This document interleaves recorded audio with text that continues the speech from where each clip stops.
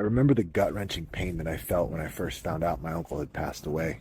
The shock of it, the piercing sensation that I felt in my chest, then that wave of sadness that just rips right through you.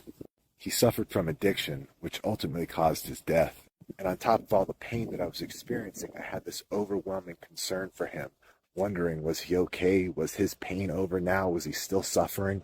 It was so overwhelming, I ultimately surrendered to the grief and just had a complete meltdown. And after that initial wave of grief had passed, I remember laying there on the ground, just thinking to myself, if I don't get up right now, I'm going to be here all day. So I decided to go for a walk to see if I could get myself feeling a little bit better so I can try and connect with him and connect with his energy. So I did that, and I remember about halfway through my walk, all of a sudden I felt him come up behind me. And energetically, I felt him put his arms on my shoulder, and I immediately felt this wave of peace rush through my body. Then he said to me, "It's going to be okay. I'm at peace now, and I can rest."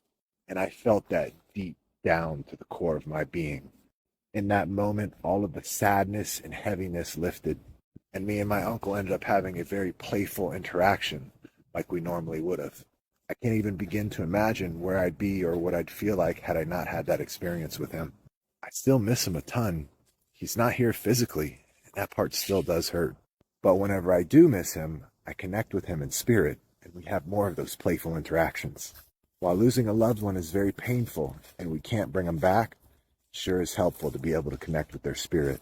It sure does feel good to know that they're okay, and that we can interact with them whenever we want. I'm launching a small mentorship group next month that's going to help people connect with their loved ones the same way I was able to connect to my uncle. Leave a comment below if you're interested and would like more details.